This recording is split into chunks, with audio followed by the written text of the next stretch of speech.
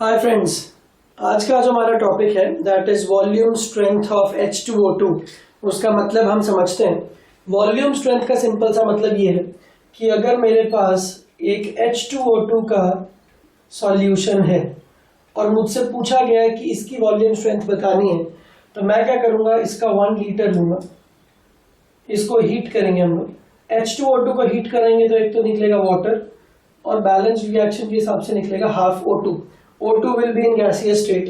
तो इसके 1 लीटर को हीट करने पे इस ऑक्सीजन का STP पे जो भी वॉल्यूम निकलेगा, वॉल्यूम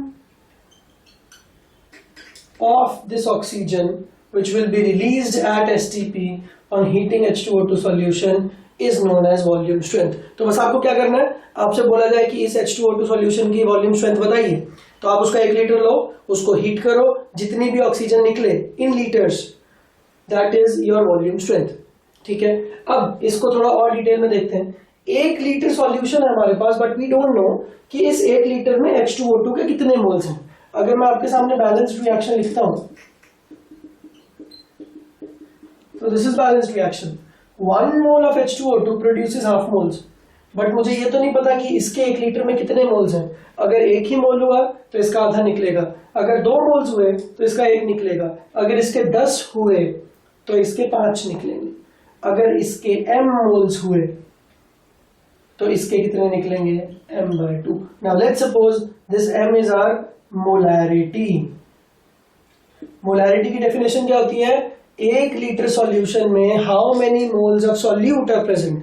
तो मैंने 1 लीटर लिया, let's suppose this solution has a molarity m। इसको कई बुक्स में कैपिटल M से भी लिखते हैं, आपकी जो मर्जी आप उसको लिख सकते हो। तो अगर 1 लीटर में m मोल्स हैं, तो उन m मोल्स को जब आप हीट करोगे तो m मोल से m/2 मोल्स ऑफ ऑक्सीजन निकलेगा। नाउ हमने ये बहुत ही बेसिक क्लासेस में पढ़ा है that 1 mole of any gas off an ideal gas at STP produces how much volume, 22.4 liters। तो इसका वॉल्यूम कितना हो गया, m/2 into 22.4, that comes out to be 11.2 into m। this m is molarity, this is not mass, आपको ध्यान रखना है। तो 11.2 into m, ये हो गया वॉल्यूम स्ट्रेंथ। तो बहुत ही सिंपल हो जाएगा। अगर आपको मोलैरिटी उसने क्वेश्चन में दे दी है तो आप डायरेक्टली 11.2 से मल्टीप्लाई करके वॉल्यूम स्ट्रेंथ निकाल सकते हो। अदरवाइज नॉर्मेलिटी, नॉर्मेलिटी और मोलैरिटी में क्या रिलेशन होता है, normality is molarity into valency factor.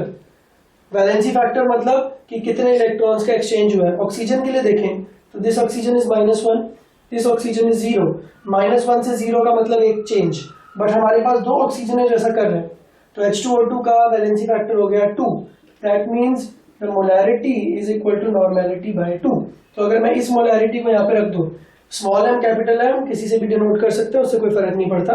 तो अगर ऐसा रखें तो फॉर्मूला बन जाएगा 11.2 into normality by 2 is volume strength. That gives me volume strength is equal to 5.6 normal. तो जब आपसे क्वेश्चंस पूछे जाएंगे तो क्वेश्चन ऐसा दिया होगा, क्वेश्चन में लिखा होगा 20 volume H2O2 solution. This means कि जिस H2O2 सॉल्यूशन की बात चल रही है उसका वॉल्यूम स्ट्रेंथ कितना है, 20। तो अगर वॉल्यूम स्ट्रेंथ 20 आ गया तो आप ये फॉर्मूला लगाओ, 11.2 इंटू मोलैरिटी इज 20, तो मोलैरिटी आ जाएगी। आप ये फॉर्मूला लगाओ 5.6 into normality is equal to volume strength, तो नॉर्मेलिटी भी आ जाएगी। तो इस तरीके से वॉल्यूम स्ट्रेंथ के जितने भी क्वेश्चन है वो सारे सॉल्व हो जाएंगे। आई होप कि इस वीडियो लेक्चर से आपको काफी बेनिफिट होगा। Thank you.